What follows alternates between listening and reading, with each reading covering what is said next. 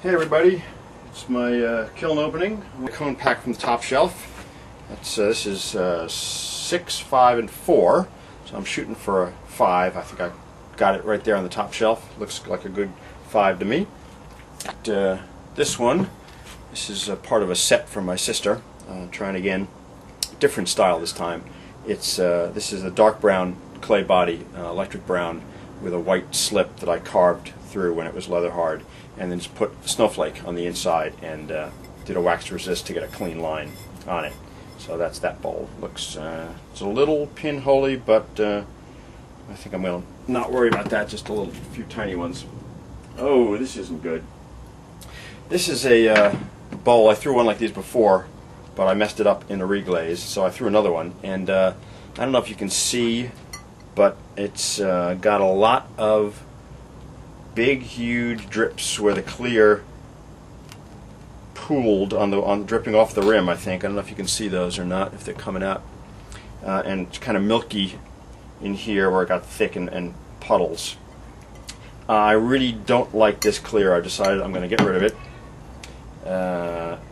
What happened with this one is I poured the inside and then I poured it out, and so the inside looks reasonably clean.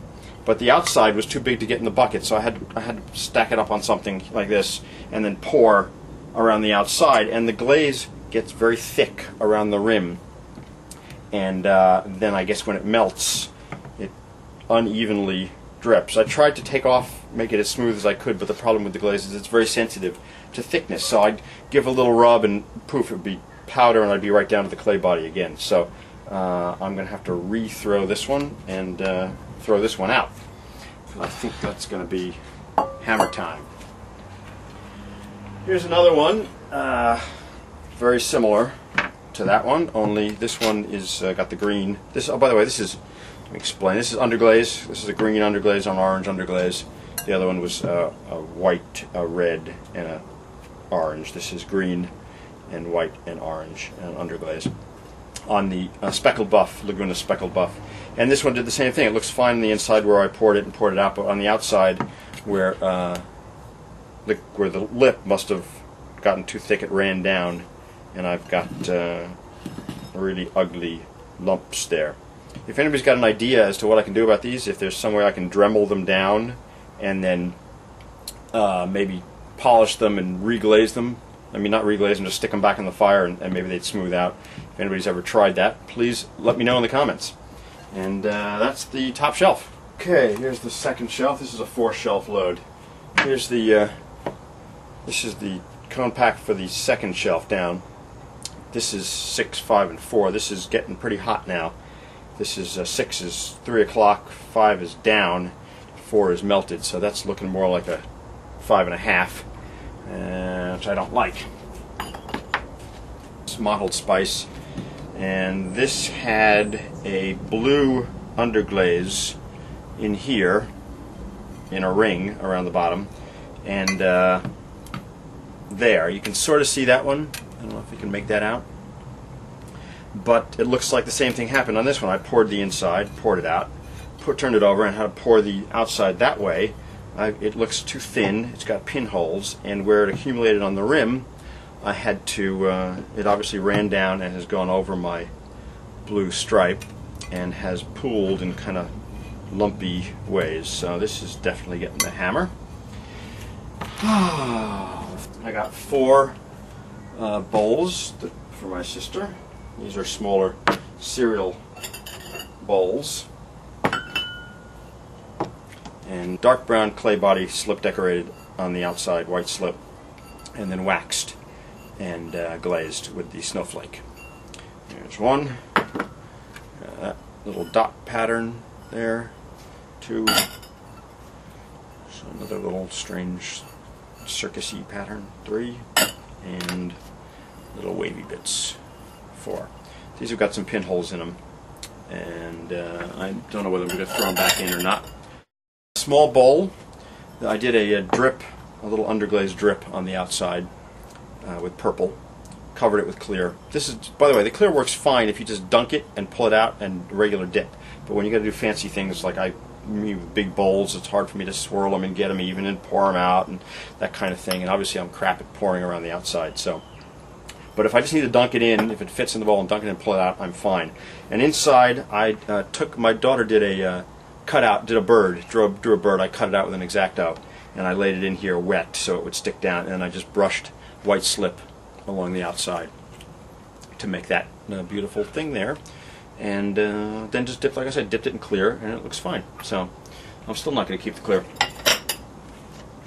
Little, I don't know what, little pot with the Chun red, which I think is not going on thick enough. I think that's why it's going green. And you can just barely see a little edge there of red, and it's, you can see the red on the inside, I think, more. It's supposed to look like this. That's the test tile, not the same clay body. This is the dark brown. But that's essentially what it's supposed to look like, and this was, you know, it's got the little green in it, but mostly it's red. But this must have been done much thicker than this one. I got one of those little candle holders, tea candle holders that Simon showed us a long time ago. This is the third. I've done two, and obviously 3 makes a set. So, you know, rule of 3s and all. So this is the blackberry wine with little drips of snowflake white on either side. Look like that. It's got a hole in the top just for fun, and 3 holes in the back to let the light out, just like Simon says, and a hole in the back for the nail. I got 2 other ones. This one here, that's the Chun red actually there, and this one is the agate. So that's my set of 3, and I can now mount them up on the wall.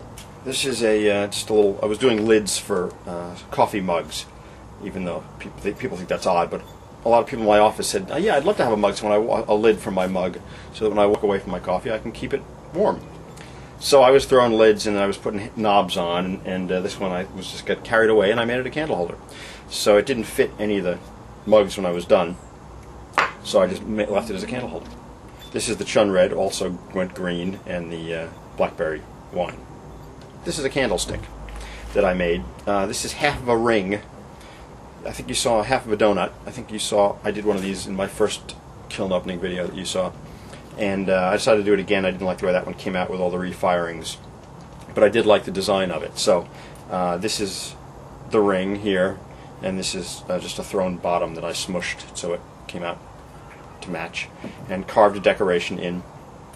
This is Celadon froth and black, same color combination I did last time, and I really like the way this one came out. Yay. This is a little experiment I did.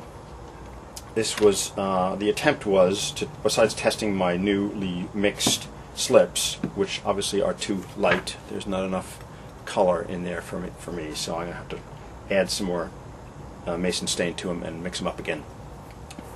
The goal was to make something that you could water plants with, so it was not supposed to be glaze fired, it was just supposed to be bisque fired.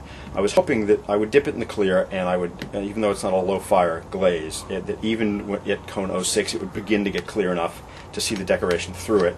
Then you'd pour water in it. The slightly glossy outside would keep the water from evaporating, and the bottom would be porous because it was only bisque and it would water the plant. That was the goal, and the stem would go here so you could fit it in the pot.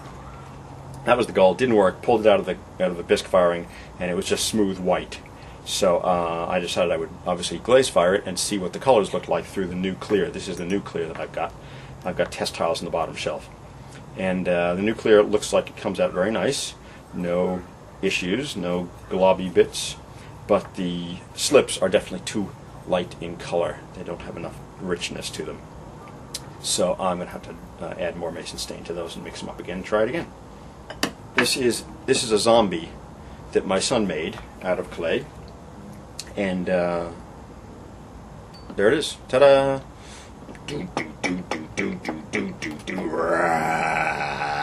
Laying down on the bottom of that shelf, our little project my son and I were working on. We were just taking clay, rolling it out, making shapes out of it, and pressing it with various things to try to make wind chimes. Little strange little shapes, whatever we could think of. Using a wire brush to make little holes in them, little dents in them, and just whatever we could come up with just to make shapes to try to make wind chimes. I'm not sure if these will tinkle or not, sound like wind chimes. Maybe. We'll string them up with dental floss and see what they sound like.